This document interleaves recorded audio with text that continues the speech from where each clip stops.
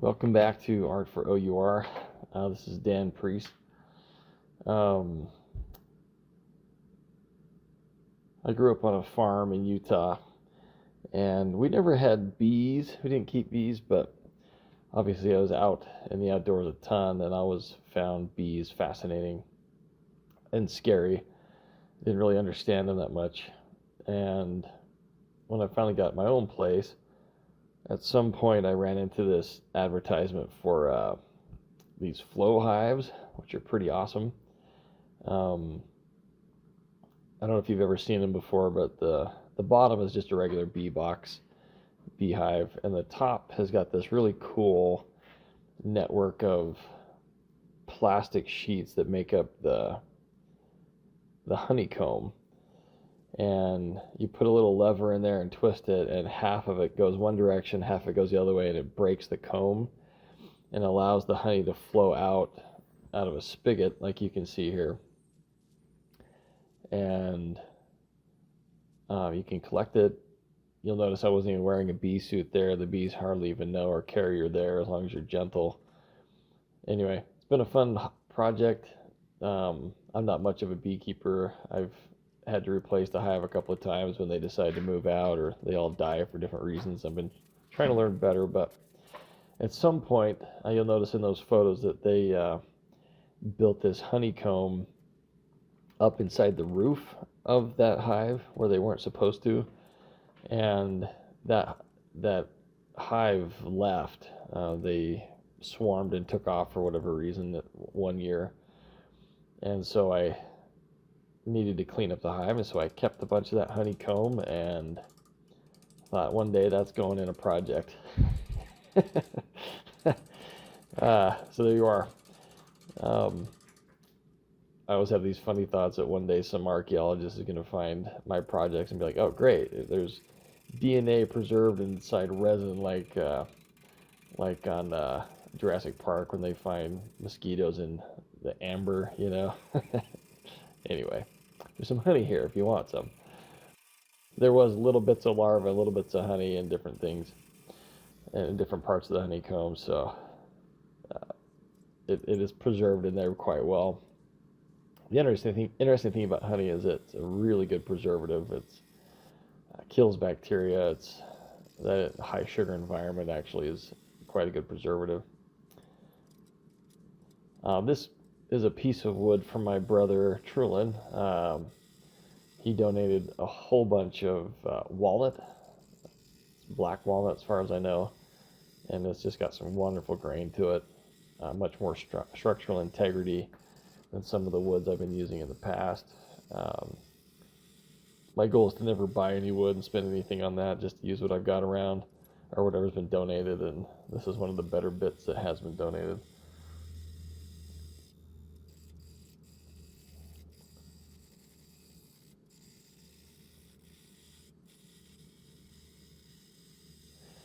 If you look closely at the honeycomb, you'll notice there's two different types. I'm not sure if they came from two different bees because I have bought Italian bees and then a different type of bee whose name I can't remember. I'll put it on the screen though. And I'm sure they have different characteristics, but the comb certainly did. And maybe one was dehydrated and shrunk and the other one hadn't. I don't know, but one was definitely a different size than the other and a different color. And that might have been because it came from two different types of bee strains, different species that I have bought over the years.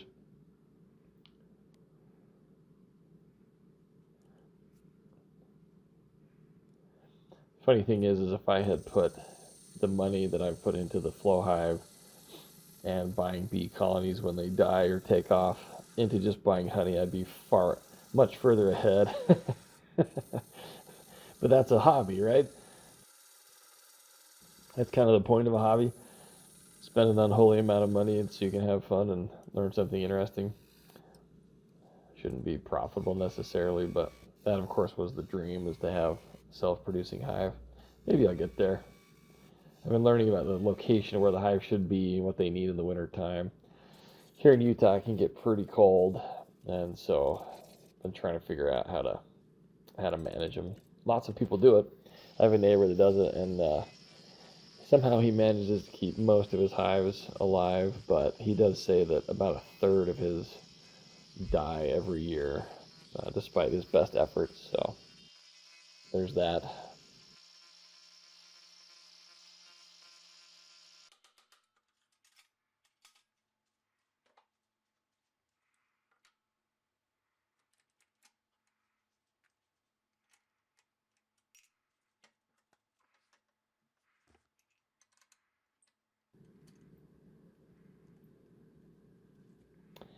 Just wanted to say thank you for everybody who subscribed to the channel.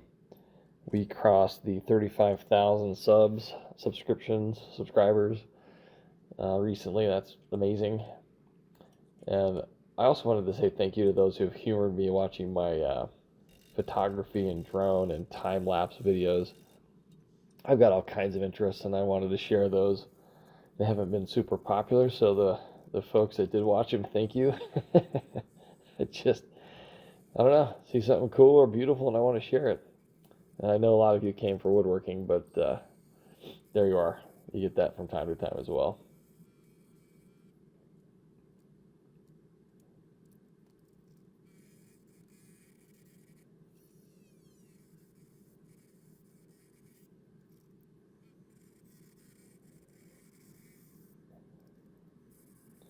If you're new to this channel, our little nonprofit, Art for O.U.R, was formed a few years ago, and our sole purpose is to help raise money for and spread awareness for Operation Underground Railroad.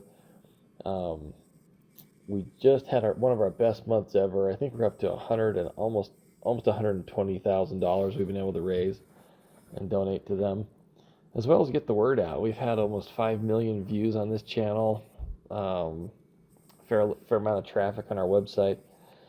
But if you're wondering how you can help fight child and human trafficking around the world, Operation Underground Railroad is a great opportunity, great organization, and you can help in a million different ways. If you go to our website, there's a link that says how you can help, and it'll walk you through from using our link to shop on Amazon, to donating items, to buying items, to spreading the word, joining our Facebook group, just watching the channel. One thing I've started recently, pretty new, is one of my playlists I've labeled Zen music and videos, something like that. And if you have a lobby or a waiting room or a computer where clients are just looking at the screen and you're wondering about a screensaver or something to entertain people while they wait,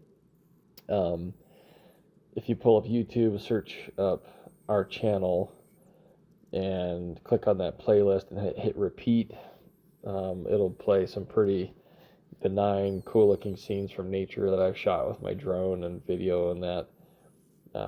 And as it runs, it helps raise money for Operation Underground Railroad. So, easiest fundraiser you'll ever do. Just let that baby run, and it raises a little bit of money every time. If you're into wood carving and you haven't discovered Arbortech, man, these guys are awesome. Arbortech is just really great. It's kind of the medium to small size power tools. It's a step above Dremels and, the little dental drills. It's kind of the medium size. Once you get past chainsaw level, you need something that's not quite as aggressive. And they've got all kinds of different attachments and sizes. So you'll see me using all kinds of their ball gouges, carving discs that are actually quite small, but very useful for this kind of thing. My other favorite tool is the file sander. You can work that little, it's like a miniature belt sander. You can work that into small corners. And between the large carving disc from Graph, the Arbortech attachments, and the file sander, I can usually get it done. Things I'm trying to do. I like to carve the windows out of these bowls I make, bowls and vases.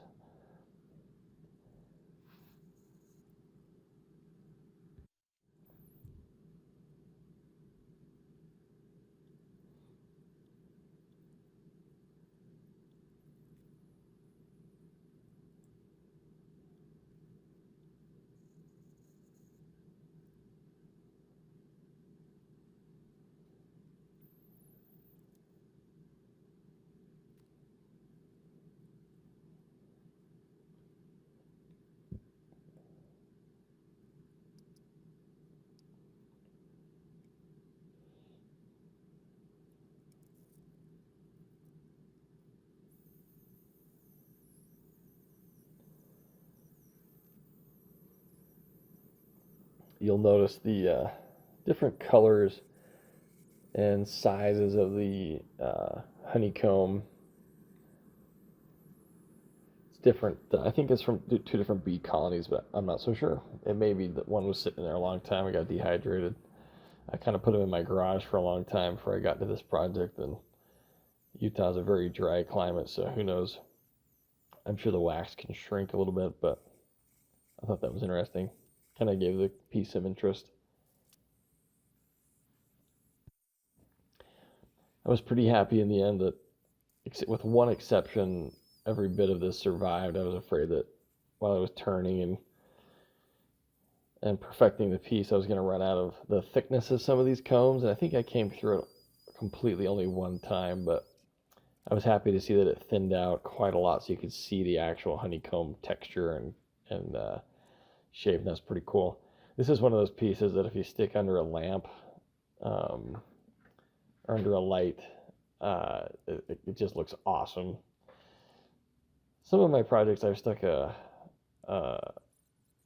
lamp, what am I trying to say, a light bulb up through the bottom like it is a lamp, or something, but I didn't do that with this one. I don't know, for some reason it just feels like it cheapens it. I'd much rather be illuminated from above with a lamp and in a display case or something, a spotlight I mean. But anyway, the overall effect was pretty awesome. Pretty happy with that.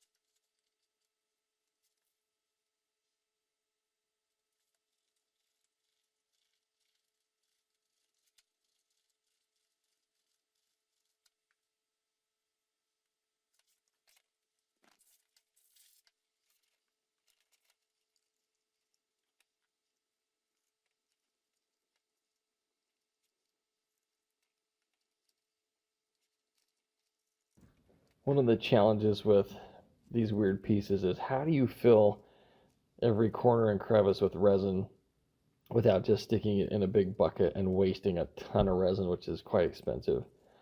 And this has been the solution I've come up with, which is to create a temporary wall around each window and hole, just all at once, I guess, with this plastic sheeting. This is just, it's called utility wall. You get it at Home Depot. It's just really basic utility plastic sheeting, nothing special about it. But it's thin enough to mold and cut, and then bend and glue around my projects. And then this allows me to put it in a couple of bags and then stick it in a bucket of sand or rice or what have you, and then fill it up with resin, and that gives you a pretty perfectly fitting mold that limits the resin waste as much as you possibly can without making a custom silicone mold for each piece, which would be super wasteful and expensive. So this is the best I've got. If you've seen something better than this, I'd love to hear. I'm always looking for ways to improve, but this has worked out quite well. Inevitably, there'll be a leak or two, so I like to put several garbage bags around it. And the resin will leak in, obviously saturate the plastic sheeting and leak into the plastic bags, but it turns off super easy when you get to the lathe part, so it works out fine. You'll notice I've got two different resin sponsors on this project. One has been my awesome sponsor, Total Boat. I use their thickset Fathom resin, which allows you to pour projects up to 3 or 4 inches thick at any point. And if you stick it in a cool environment, in my case I've got a modified freezer, you can run it quite thick without any bubbling or cracking. I love using the vacuum chamber. That helps the resin penetrate into every deep corner in my project. And with all those windows, there's always a pocket somewhere that doesn't quite get resin. But this almost completely solves the issue and they both do different things. Vacuum chamber helps get air pockets out of the bubble and get the resin deep in there. And then the compression or the pressure pot helps squeeze those microscopic bubbles that you will see if you're doing clear resin and you shine light through it. So if you're looking for perfectly clear resin, I think you got to do both, vacuum chamber and a pressure pot. That's been my experience.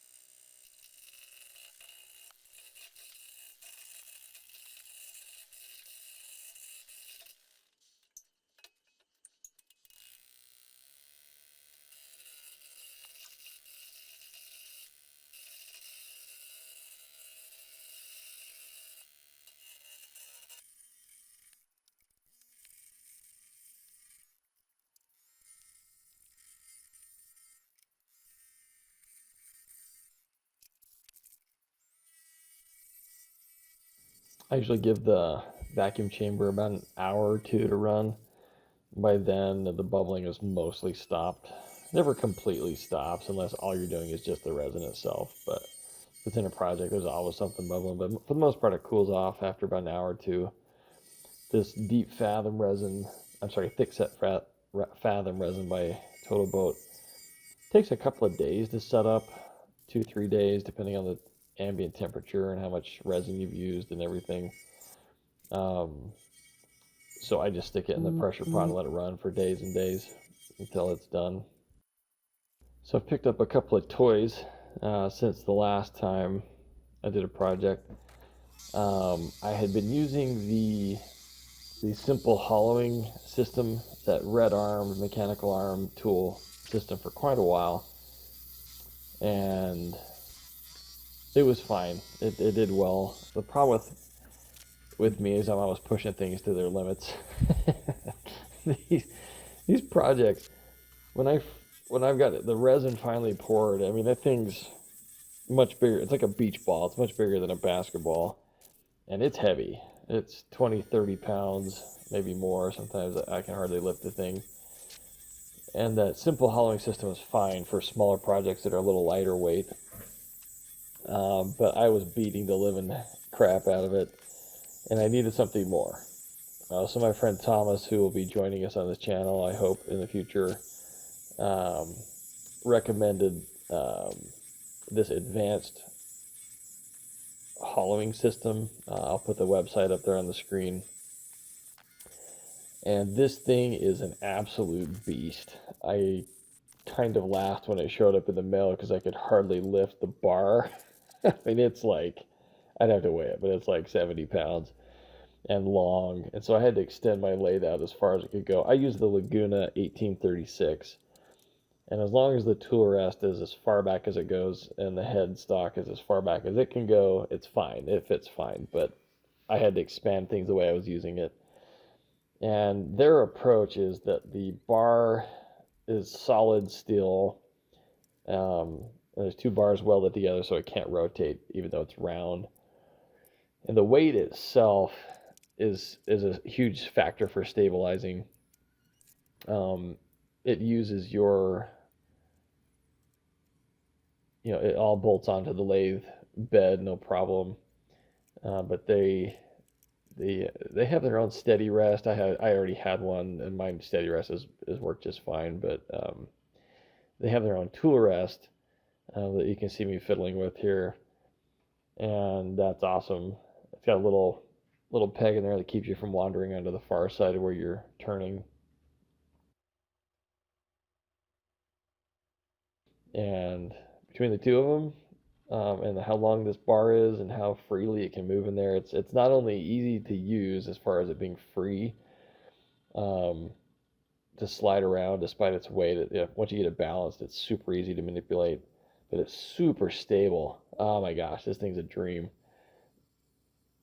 The carving tips, you can use different carving tips that can go in and out of there that you don't have to use necessarily theirs, but just some carbide tips in there work wonderful. Um, so yeah, upgrading and getting to a professional level with this thing. This was fantastic. I'll put their website in the video description as well. But yeah, good stuff.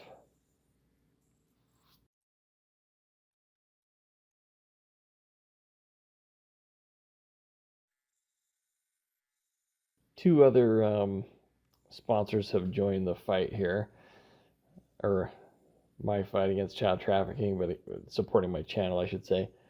The other one is Let's Resin.